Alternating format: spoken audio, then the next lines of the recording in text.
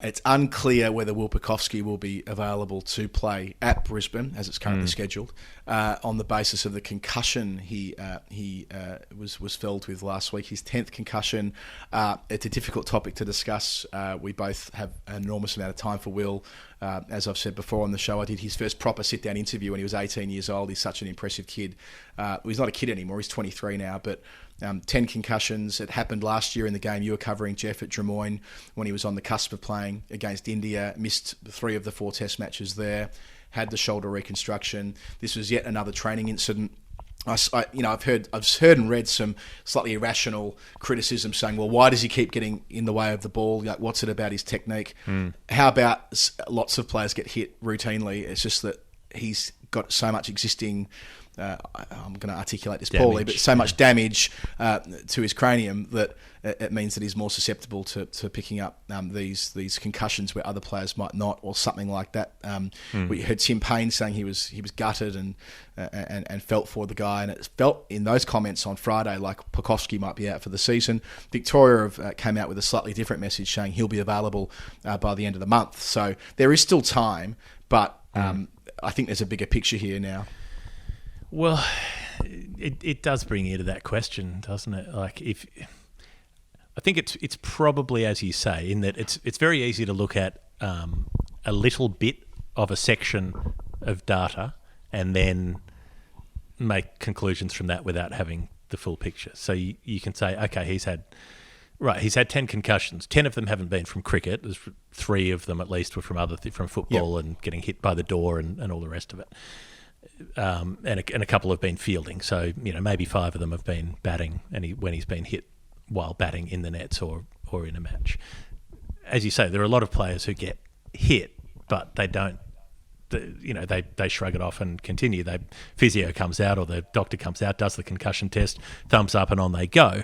Whereas if he gets hit like that, it triggers his previous concussions have that lasting effect. So maybe that is what's going on, whereas he can't afford to be hit even in the less, what would be less problematic for somebody else is a massive problem for him. And so if that is the case, that eventually, that draws me to the same conclusion as if he has a technical problem that means he keeps getting hit.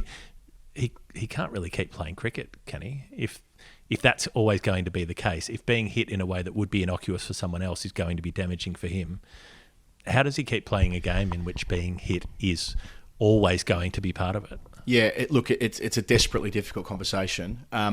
My instinct would be to see, this is impossible, right? Because you don't want the kid, again, I'm calling him the kid, he's not a kid, you don't want the young man to have lasting damage, but you don't want to deny him the chance to fulfil his potential as an international cricketer.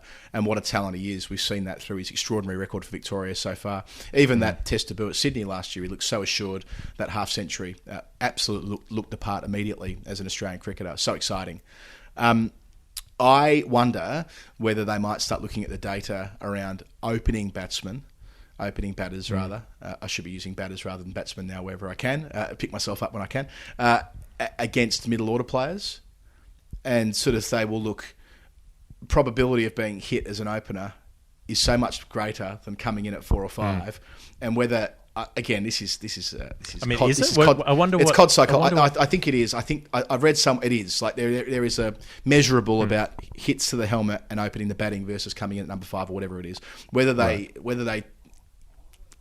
There's no good answer, right? The best worst answer might be that he becomes a middle order player when the balance of probability is he's coming in with a softer ball and thus less likely to be threatening his helmet. I don't know. Again, there's no good answer. I just hope that this was a glancing blow. Of course, it wasn't televised. It was a net session. You ran through he's so unlucky. Remember when the ball ricocheted out of the nets and hit him? There was the one when he was fielding on Shield debut, hit it mid-on.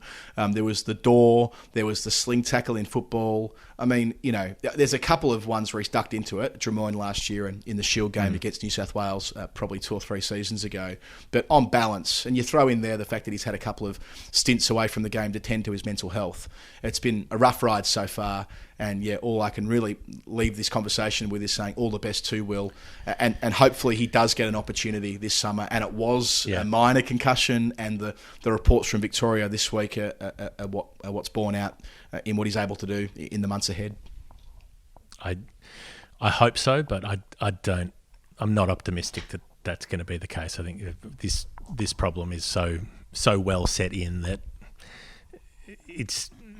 there's no way it's just going to vanish. And I would have thought as a middle order player you're probably more likely to get short balls because the ball's not doing anything, and the new ball bowlers are more likely to pitch it up and then go to the middle of the pitch when it is softer and older, and that's how they try to get wickets out during the sort of middle of the 80 overs in Australia. But it's interesting. Yeah, I think it's just like it's just that they track this data now, so they know who is. But anyway, we're sort of in uncharted territory with Pucovski in any case.